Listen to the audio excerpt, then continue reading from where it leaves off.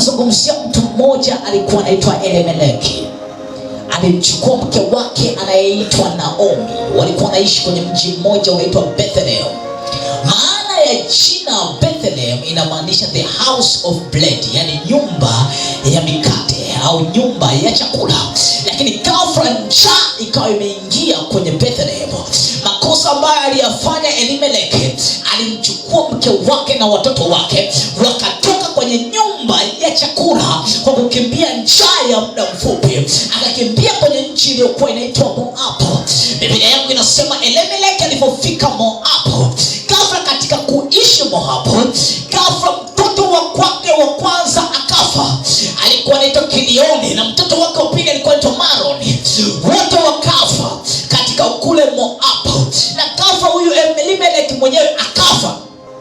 Makosa ambayo Elimeleki aliyofanya ni shida ya muda ilifanya aondoke nyumbani ambako ni ardhi ya destiny yake, ni ardhi ambayo Mungu alimpa kukaa hapo. Lakini ile shida ya muda ikamfanya atoke, akajikuta katika safari ya kwake anapoteza kila kitu. Lakini alikuwa na mwanamke mmoja ambaye anaitwa Naomi. Naomi alikuwa amebeba generation ambayo Yesu Kristo anatakiwa atokee. Kwa Mungu alimlinda Naomi peke yake kwa sababu ya ujinga wa Elimeleki, akaja akapoteza watoto wake. Mtoto wake wa kwanza Kilion, maana Kilion ni Hebrew word, alimuita sickness, na Maroni ilikuwa maana yake ni death au anguko, na wale watoto waliumwa wakaanguka kwenye kifo. Kwa alikosea majina ya kuwaita watoto wake. Kwa tunaweza kumuita alikuwa ni mtu wa kukurupuka, njaa kidogo katika nchi. Na Biblia yangu inaniambia alikuwa amezungukwa na watu matajiri, alikuwa amezungukwa na ndugu matajiri, alikuwa amezungukwa na ndugu wenye uwezo. Lakini inaonyesha mtu huyo alikuwa na kiburi. Njaa ilipoingia kwake, kutaka kuwafuata watu kuomba msaada, hakutaka kuwafuata ndugu zake na kuwaambia bwana nimetindikiwa, akakimbia katika nyumba ya Mungu kwenda katika nyumba ambayo sio ya Mungu, na mabaya yakamkuta. Nataka nikuzungumzie Mungu wa restoration, tutakuja uone. Huyo Naomi akabakia peke yake na wakwezi wawili. Wale wakwezi wawili ambao walikuwa wake wa watoto wake wa kiume, wakamng'ang'ania, wakamwambia tutaenda na wewe kokote ambako utaenda. Naomi akaangalia, ni wapi mimi nitaenda, ni wapi mimi nitarudi, ni miaka mingi siko nyumbani. Lakini kana mtaka arudi Bethlehem, arudi kwenye house of bread, arudi kwenye chadari ya kwake, arudi kule ambako Mungu alimwandikia, arudi kule ambako Mungu alikuwa anataka akae. Biblia yangu inasema Naomi alikuwa ameshakuwa mzee. Naomi hawezi kupata tena uzao. Akawaambia wale wakweza, akamwambia nishakuwa mzee, watoto ambao niliwazao janani kwangu nimeshawapoteza wote katika ardhi ya Moab ambayo mume wangu alinileta. Biblia yangu inasema alikuwa na wakweza wawili. Mmoja alikuwa anaitwa Oprah na mwingine alikuwa anaitwa Ruth. Yule Oprah alipoona mama yake analauma akasema basi sawa, mimi nitabakia na ndugu zangu.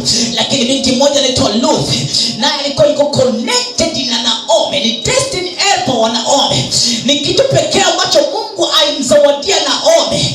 Naomi alipoteza kila kitu, lakini Mungu akamletea mtu wa thamani mmoja, a destiny helper ambaye anaweza karestore furaha yake, ambaye anaweza karestore chochote ambacho Naomi alipoteza. Biblia yangu inasema Ruth akamwambia Naomi, nitakufuata kokote utakokwenda, kokote utakokwenda. Ruth akamwambia nitakwenda na wewe, nchi yako itakuwa nchi yako, Mungu wako atakuwa Mungu wako, utakapokaa nitakaa. Biblia yangu inaniambia Naomi akamchukua Ruth wakaelekea Bethlehem. Nikwambia nini kilichotokea kule Bethlehem? Walikuwa na ndugu zao mbalimbali, lakini mmoja ndugu yao ambao alikuwa naye ni tajiri kwenye mji alikuwa anaitwa Boaz. Oh my God, Boaz akaja kumuoa Ruth. Oh my God, na furaha ya Naomi ikarudi. Oh my God, na generation ikarudi, ikaenda sawa. Naomi anaongea kitu katika Ruth 4:15. Naomba nisomee Ruth 4:15. Ndio andiko langu linasimamia hapo. Anaitwa Yehova Elishiba. Akasema Bwana umenirejeshea. Hebu pita hapo haraka.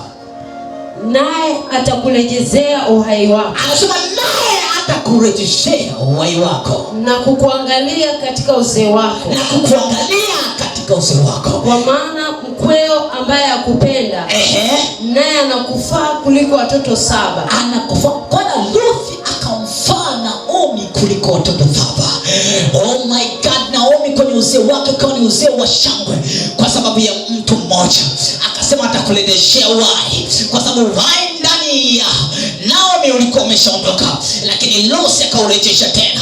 Ruth na Boaz wakaoana. Ndio generation ya Yesu Kristo inatokea. Ndio mkombozi akazaliwa pale. Oh my God, my God, my God. Nimekuja kumtambulisha Mungu ambaye anaweza kukurejeshea. Ni nini ambacho umepoteza? Ni nini ambacho umekaa kwenye muda mwingi kikapotea kwenye maisha yako? The God of restoration yupo hapa kurejesha.